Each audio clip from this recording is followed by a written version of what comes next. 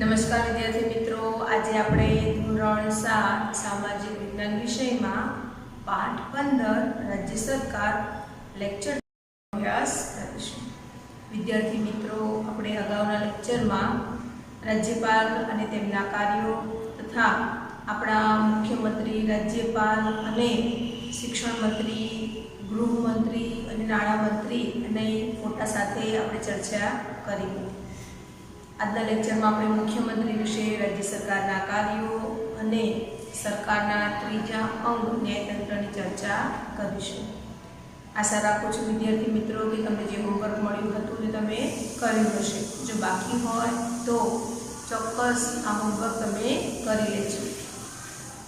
ચાલો શરૂઆત કરીએ આપણે આજના લેક્ચરની। મુખ્યમંત્રી, ચીફ મિનિસ્ટર એને આપણે કહીએ છીએ। રાજ્યપાલ વિધાનસભામાં બહુમતી ધરાવતા પક્ષના નેતાની નિમણૂક મુખ્યમંત્રી તરીકે કરે છે। તો વિધાનસભામાં આપણે અગાઉ ચર્ચા કરી હતી, શાસક પક્ષ કોને કહેવાય? તો વિધાનસભામાં જે પક્ષને સૌથી વધારે બેઠકો મળી હોય તે શાસક પક્ષ બને છે। તો બહુમતી ધરાવતા પક્ષમાંથી એક મુખ્યમંત્રી તરીકે નિમાય છે। તો આ મુખ્યમંત્રી નિમણૂક કોણ કરે છે? તો મુખ્યમંત્રીની નિમણૂક એ રાજ્યપાલ કરે છે। રાજ્યપાલની મોટાભાગની સત્તાઓ મુખ્યમંત્રી અને તેમનું મંત્રીમંડળ ભોગવે છે। નામ રાજ્યપાલનો બધી સત્તાઓ કોના પાસે છે? તો મુખ્યમંત્રી અને મંત્રીમંડળ પાસે બધી સત્તાઓ છે। ગુજરાતના મુખ્યમંત્રી અને તેના મંત્રીમંડળના કાર્યાલય નવા સચિવાલય સ્વર્ણિમ ભવન ગાંધીનગરમાં છે। તો આપણા મંત્રીમંડળનું ભવન ક્યાં છે? તો સ્વર્ણિમ ભવન ગાંધીનગર ખાતે આવેલ છે। મંત્રીમંડળમાં 3 કક્ષાના મંત્રીઓ હોય છે। પહેલા છે કેબિનેટ કક્ષાના મંત્રીઓ, બીજા રાજ્ય કક્ષાના મંત્રીઓ અને ત્રીજા નાયબ કક્ષાના મંત્રીઓ। હવે જોઈએ મુખ્યમંત્રીના કાર્યો कि समग्र राज्यનો વહીવટ મુખ્યમંત્રી કરે છે। તો તે શું કાર્ય કરતા હશે? તો સૌથી પહેલા તો તે મંત્રીમંડળને અલગ અલગ ખાતાઓ સોંપે છે। આપણે જોયું કે શિક્ષણ મંત્રી, આરોગ્ય મંત્રી, ગૃહમંત્રી, નાણામંત્રી, તો આવા અલગ અલગ ખાતા છે। તો મુખ્યમંત્રી એકલા હાથે બધા જ દેશનો રાજ્યનો વહીવટ નહીં કરી શકે, એટલે એમને મદદ માટે મંત્રીમંડળની જરૂર છે। तो मंत्रिमंडलना सभ्योने ते खाताओ सौंपे छे। जे ते विभाग सौंपे छे ते विभागनी जवाबदारी जे ते मंत्रीनी होय छे। जेम के श्री भूपेन्द्रसिंह चुडासमा, तो ते शिक्षण विभागना मंत्री छे, એટલે આખો शिक्षण विभाग તેમના હસ્તક હોય। તો આવી રીતે તે અલગ અલગ મંત્રીઓને ખાતા સોંપે છે। જોઈએ મંત્રીમંડળની બેઠકો બોલાવે છે। જ્યારે પણ જરૂર પડે ત્યારે તે મંત્રીમંડળની બેઠક બોલાવે છે। દરેક મંત્રીના કાર્ય પર દેખરેખ રાખે છે। બધા મંત્રીઓ યોગ્ય કાર્ય કરે છે કે નહીં તેનું તે ધ્યાન રાખે છે। જરૂર પડે મંત્રીઓને માર્ગદર્શન પૂરું પાડે છે। જ્યાં જરૂર લાગે એમને ત્યાં તેઓ મંત્રીમંડળને માર્ગદર્શન પણ આપે છે, એટલે સલાહ સૂચન પણ કરે છે। મંત્રીમંડળ લીધેલા નિર્ણયોની રાજ્યપાલને જાણકારી આપે છે। જે તે વિભાગના મંત્રીઓએ જે પણ નિર્ણય લે તેની જાણકારી કોને આપે છે? રાજ્યપાલને। જેમ કે અત્યારે શિક્ષણ વિભાગમાં નિર્ણય લેવામાં આવે કે શાળાઓ શરૂ કરવી, તો આ જે નિર્ણય તેની રાજ્યપાલને જાણ કરવામાં આવે।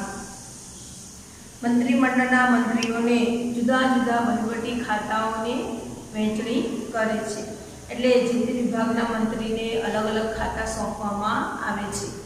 પોતે એક કરતાં વધુ ખાતાઓ સંભાળે છે।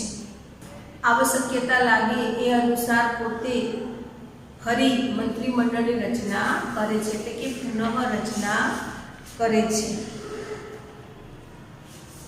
વિધાનસભામાં નાણામંત્રી પાસે અંદાજપત્ર રજૂ કરાવે છે। तो अंदाजपत्र ए तमारा माटे नवो शब्द है। अंदाज एटले अनुमान। तो नाणाकीय वर्ष 2021-22 जे अंदाजपत्र हतुं बजेट ए बहार पड़ी गयुं। तमने खबर हशे, बराबर छे। फेब्रुआरीना एंडमां अने मार्चनी शरूआतमां बजेट बहार आवतुं होय छे। તો આ બજેટ એટલે અંદાજપત્ર, જેને અંગ્રેજીમાં બજેટ કહેવામાં આવે છે. તો આ બજેટ એ નાણામંત્રી રજૂ કરે છે. તો આખા વર્ષમાં સરકારને કેટલી આવક થવાની છે, કારણ કે સરકાર આપણા પાસેથી અલગ અલગ પ્રકારના વેરાઓ ભરાવે છે, દુકાનો પાસેથી, હોટલો પાસેથી, એમ તે અલગ અલગ પ્રકારના વેરા લે છે. એને ઉપલી સરકાર તરફથી કેટલી ગ્રાન્ટ આવવાની છે, એટલે રાજ્ય સરકારને કેન્દ્ર સરકાર ગ્રાન્ટ આપે છે. તો આવી રીતે સરકારને ક્યાંથી પૈસો આવવાનો છે, કેટલો પૈસો પ્રજા કલ્યાણ માટે વાપરવાનો છે, પ્રજા માટે કઈ કઈ સુવિધાઓ ઊભી કરવાની છે, કઈ કઈ જગ્યાઓ એવી છે જેના રિપેરિંગ કામ કરવાના છે, હોસ્પિટલો ખોલવાની છે, શાળાઓ ખોલવાની છે, શું કાર્ય કરવાનું છે, એમાં કેટલો કેટલો પૈસો વપરાવાનો છે તેની યાદી બનાવવામાં આવે. એટલે આવવાનો જે પૈસો છે તે અને જાવક જે ખર્ચ કરવાનો છે તે આવક જાવકનું એક અંદાજિત પત્ર રજૂ કરવામાં આવે, જેને બજેટ કહેવામાં આવે છે. તો વિધાનસભામાં નાણામંત્રી આ બજેટ રજૂ કરે છે. તે રાજ્યના નાગરિકોના કલ્યાણ, સુખાકારી અને વિકાસ માટે સતત કાર્યશીલ રહે છે. તે સરકારની નીતિઓના ઉદ્ઘોષક, પથદર્શક અને સુકાની તરીકેની ફરજો બજાવે છે. તે સરકારની નીતિઓના ઉદ્ઘોષક છે, એટલે સરકારની જે નીતિઓ છે એને તે રજૂ કરે છે. તે લોકોના વિકાસના કાર્યો કરે છે, લોકોને પથ બતાવે છે, એટલે રાહ બતાવે છે મંત્રીઓને કાર્ય કરવા માટેની. અને તે સુકાની તરીકેનું પદ પણ ભોગવે છે. આમ મુખ્યમંત્રી એ સમગ્ર રાજ્યનો કાર્યભાર સંભાળે છે. હવે અહીંયા આપણને પ્રવૃત્તિ આપી છે કે વિધાનસભાની મુલાકાત માટે શૈક્ષણિક પ્રવાસ ગોઠવો. એટલે તમારે વિધાનસભા જોવા જવું હોય તો તમે ગાંધીનગર ખાતે તમારા પરિવાર સાથે પણ જઈ શકો છો. રાજ્ય સરકાર દ્વારા હાથ ધરાયેલા કાર્યો જે વર્તમાન પત્રોમાં સમાચાર સ્વરૂપે પ્રસિદ્ધ થયેલા હોય તે કટિંગ્સ કાપી સ્ક્રેપ બુક બનાવો. હવે આપણે પહેલા જ લેક્ચરમાં ચર્ચા કરી હતી કે તમારા ઘરે વર્તમાન પત્ર આવતું હોય તો તમારે એમાંથી સરકારના કાર્યની નોંધ કરવાની. જો તમારે સ્ક્રેપ બુક બનાવવી હોય તો તમારે સરકારના જે પણ કાર્યો આવે છે એના કટિંગ્સ એકઠા કરવાના અને પછી એ કટિંગ્સને નોટબુકમાં લગાવવાના. તો તમને ખ્યાલ આવશે કે સરકાર કયા કયા કાર્યો કરે છે. હવે અહીંયા આપણને રાજ્ય સરકાર વિશે માહિતી આપી છે કે રાજ્ય સરકાર શું કાર્ય કરે છે. તે આપણે જોયું તે મુખ્યમંત્રીના કાર્યો હતા. રાજ્યપાલના કાર્ય જુદા, મુખ્યમંત્રીના કાર્ય જુદા અને સરકારના કાર્ય જુદા. ભારતમાં સમવાય તંત્રની શાસન વ્યવસ્થા છે, એટલે કે રાજ્ય અને કેન્દ્ર સરકાર બંને ભેગા થઈને શાસન કરે છે, એટલે સમવાય તંત્રની વ્યવસ્થા છે.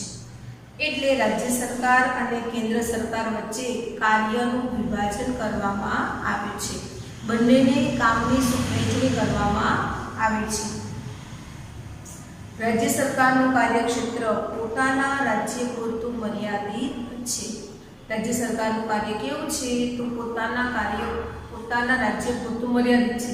રાજ્ય સરકારનો નિર્ણય માત્ર રાજ્ય પૂરતો સીમિત હશે, જ્યારે કેન્દ્ર સરકારનો નિર્ણય સમગ્ર દેશને લાગુ પડશે. એટલે કેન્દ્ર શાસિત પ્રદેશોની સાથે રાજ્યોને પણ નિર્ણય લાગુ પડે છે, જ્યારે કેન્દ્ર સરકારનું કાર્યક્ષેત્ર સંપૂર્ણ દેશને આવરી લે છે.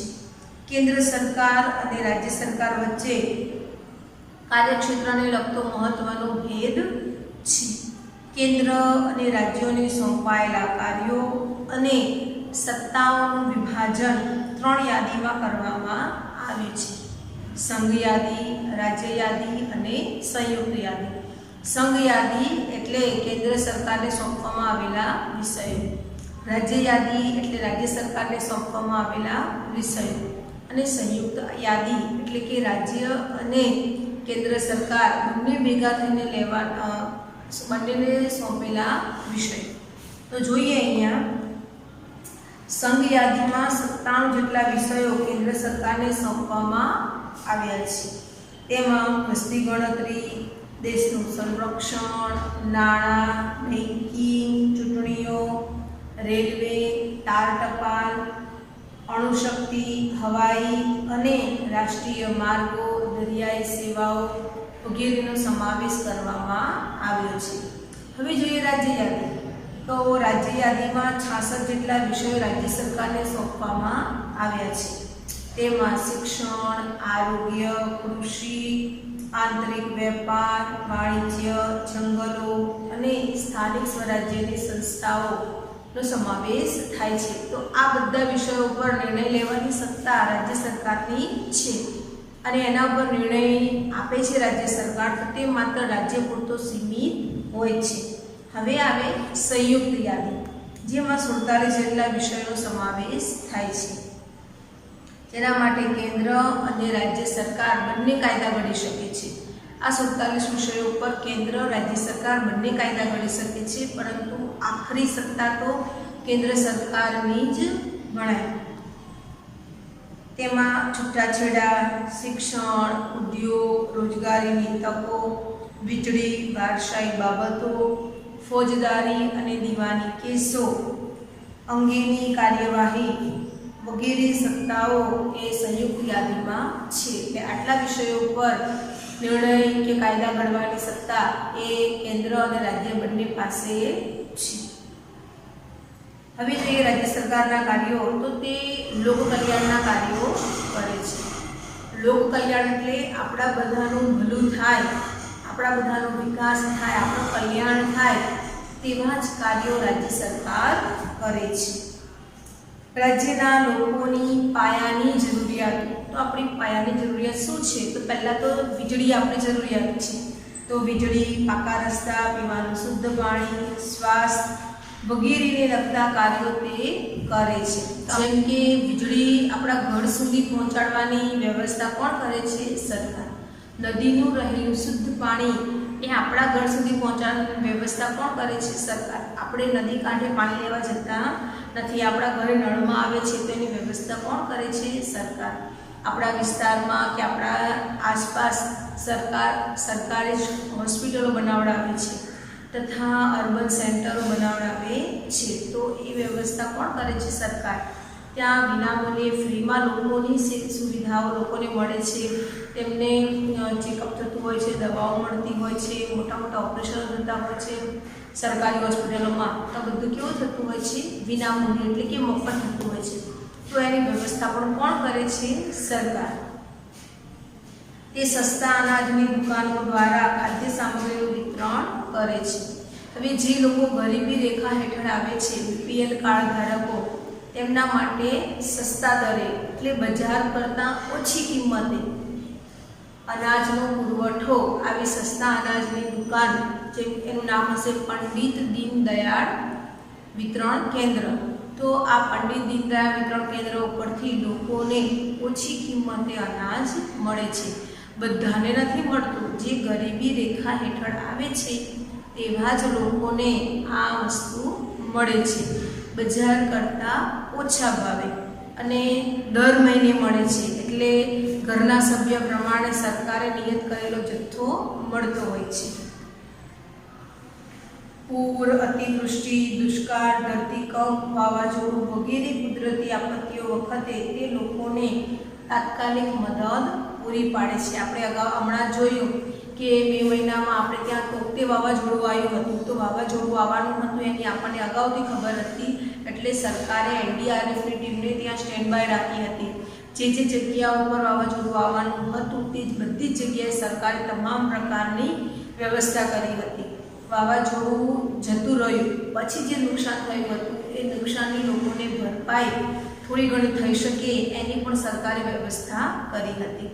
તો જેટલી પણ કુદરતી આપત્તિઓ છે એ આપત્તિઓ વખતે લોકોને ઓછામાં ઓછું નુકસાન થાય અને તેઓ આપત્તિમાંથી બહાર આવે તેવા પ્રયત્નો સરકાર અગાઉથી કરતી હોય છે.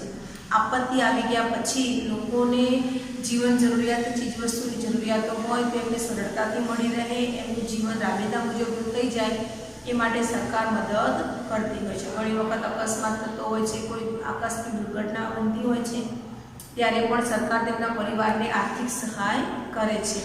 તો સરકાર કેમ આવું બધું કરે છે? તો આપણે સરકારને વેરો આપીએ છીએ એટલે આવી આપત્તિઓ વખતે સરકાર આપણી મદદ કરે છે.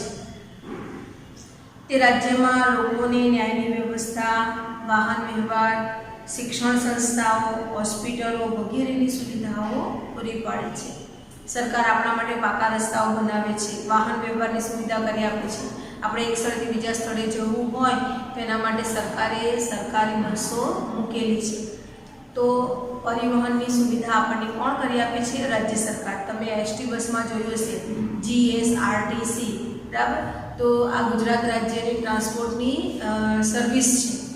તો આવી રીતે તે આપણા માટે બહાર આવવા જવા માટે, પરિવહન માટે, વાહન વ્યવહારની વ્યવસ્થા કરે છે, સંદેશા વ્યવહારની વ્યવસ્થા કરે છે, આપણા માટે હોસ્પિટલો બનાવે છે, શૈક્ષણિક સંસ્થાઓ એટલે કે તમે લોકો અભ્યાસ કરી શકો એ માટે સરકારી શાળાઓ તો હોય છે, પરંતુ ખાનગી શાળાઓને પણ મંજૂરી આપે છે, જેથી કરીને તમને શિક્ષણ મળી રહે. તો આ બધા કાર્યો સરકાર દ્વારા કરવામાં આવે છે.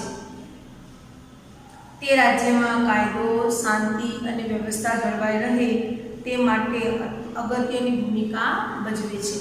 સરકાર આપણા માટે ન્યાયતંત્રની વ્યવસ્થા કરે છે. એટલે જો આપણને કોઈ પણ પ્રકારનો પ્રશ્ન થયો હોય તો આપણે અદાલતમાં જઈ અને એનું નિરાકરણ મેળવી શકીએ છીએ. લોકોની શાંતિ જળવાઈ રહે તે માટે તમે જોતા હશો કે ઠેર ઠેર પોલીસ સ્ટેશન, પોલીસ ચોકી બનાવેલી છે. રાત્રિ દરમિયાન પોલીસની PCR વાન એ સતત ફરતી હોય છે, જેથી કરીને લોકોનું રક્ષણ થઈ શકે, રાત્રે કોઈ અઘટિત ઘટના ન બને, કોઈનું અપહરણ ન થાય. તો આવી રીતે સરકાર આપણી સુરક્ષાનું પણ કાર્ય કરે છે. તો ખ્યાલ આ વિદ્યાર્થી મિત્રો, આ બધા રાજ્ય સરકારના કાર્યોની આપણે ચર્ચા કરી. હવે જોઈએ ન્યાયતંત્ર. ભારતના દરેક રાજ્યને વડી અદાલત છે. ગુજરાત રાજ્યની વડી અદાલતની સ્થાપના 1 મે 1960માં થઈ હતી. એટલે 1 મે 1960માં આપણા ગુજરાત રાજ્યની સ્થાપના પણ થઈ હતી અને ત્યારે આપણા ગુજરાત રાજ્યમાં વડી અદાલતની પણ સ્થાપના થઈ હતી. ગુજરાત રાજ્યની વડી અદાલત અમદાવાદ શહેરમાં આવેલી છે. સોલા વિસ્તારમાં આ ગુજરાત હાઈકોર્ટ આવેલી છે. હાઈકોર્ટ એટલે વડી અદાલત. વડી અદાલતના મુખ્ય ન્યાયાધીશની નિમણૂક રાષ્ટ્રપતિ સર્વોચ્ચ અદાલતના ન્યાયાધીશની સલાહ મુજબ કરે છે. વડી અદાલતના ન્યાયાધીશોની મુખ્ય ન્યાયાધીશો, તો વડી અદાલતમાં ન્યાયાધીશોની પેનલ હોય છે. એમાં જે મુખ્ય ન્યાયાધીશ છે તેની નિમણૂક એ ભારતના રાષ્ટ્રપતિ સર્વોચ્ચ અદાલતના ન્યાયાધીશની સલાહ મુજબ કરે છે. હવે જોઈએ કે વડી અદાલતના કાર્યો શું? તો નાગરિકના હકોનું રક્ષણ અને જતન કરવું. આપણા મૂળભૂત હકો છે, સ્વતંત્રતા, સમાનતા, શિક્ષણ મેળવવાનો હક, ધાર્મિક સ્વતંત્રતાનો હક, શોષણ સામે વિરોધનો હક અને બંધારણીય ઇલાજનો હક. તો આપણા જે અધિકારો છે તેનું રક્ષણ કોણ કરે છે? અદાલતો કરે છે. અને આપણા અધિકારોનું જતન પણ અદાલત કરે છે. નાગરિકની અપીલનો નિકાલ કરવો. હવે અહીંયા તમે નવો શબ્દ સાંભળો છો, અપીલ. તો આપણે ન્યાય માટે ન્યાયતંત્રમાં અપીલ કરીએ છીએ, અરજી કરીએ છીએ. તો નીચલી અદાલતમાં મળેલા ન્યાયનો જો આપણને સંતોષ નથી તો આપણે ઉપરી અદાલતમાં અરજી કરવી હોય તો આ નીચલી અદાલત આપણને પરવાનગી આપે તો આપણે ઉપલી અદાલતમાં અરજી કરી શકીએ છીએ. એટલે ફોજદારી અદાલતનો કેસ એ વડી અદાલતમાં જાય છે. એટલે આપણે એમાં અપીલ કરી છે અને વડી અદાલત એ આપણી અપીલનું નિરાકરણ લાવે છે, એટલે કે આપણને ન્યાય આપે છે.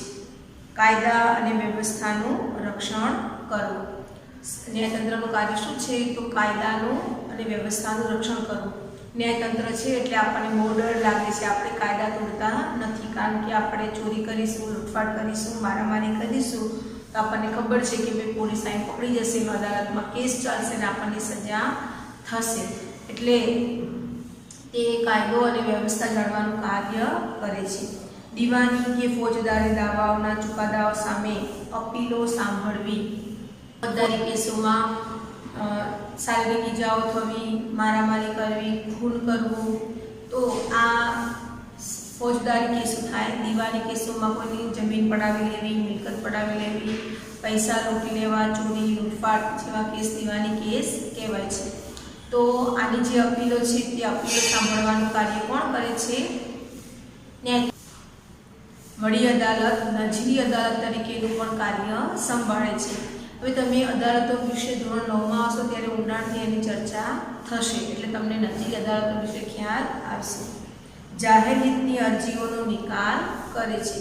જાહેર હિતની અરજી તો કોઈ એક વ્યક્તિ બહુ બધા લોકોના હિત માટે, બહુ બધા લોકોના રક્ષણ માટે સરકાર માટે ન્યાયતંત્રમાં અરજી કરે છે, જેને જાહેર હિતની અરજી કહેવાય. તેનું પણ તે નિરાકરણ લાવે છે.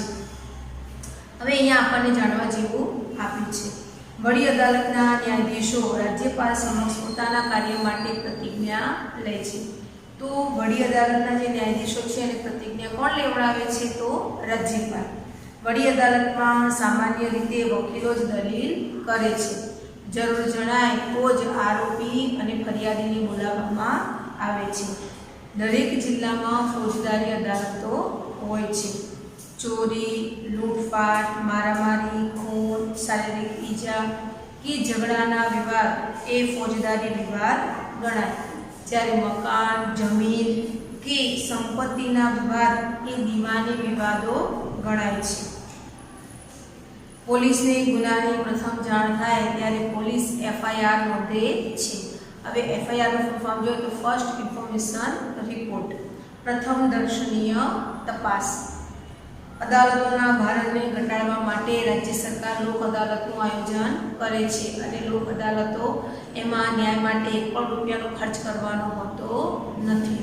લોક અદાલતો હોવાથી સરકાર ન્યાયતંત્રને કેસોનું ભારણ ઓછું થઈ જાય છે.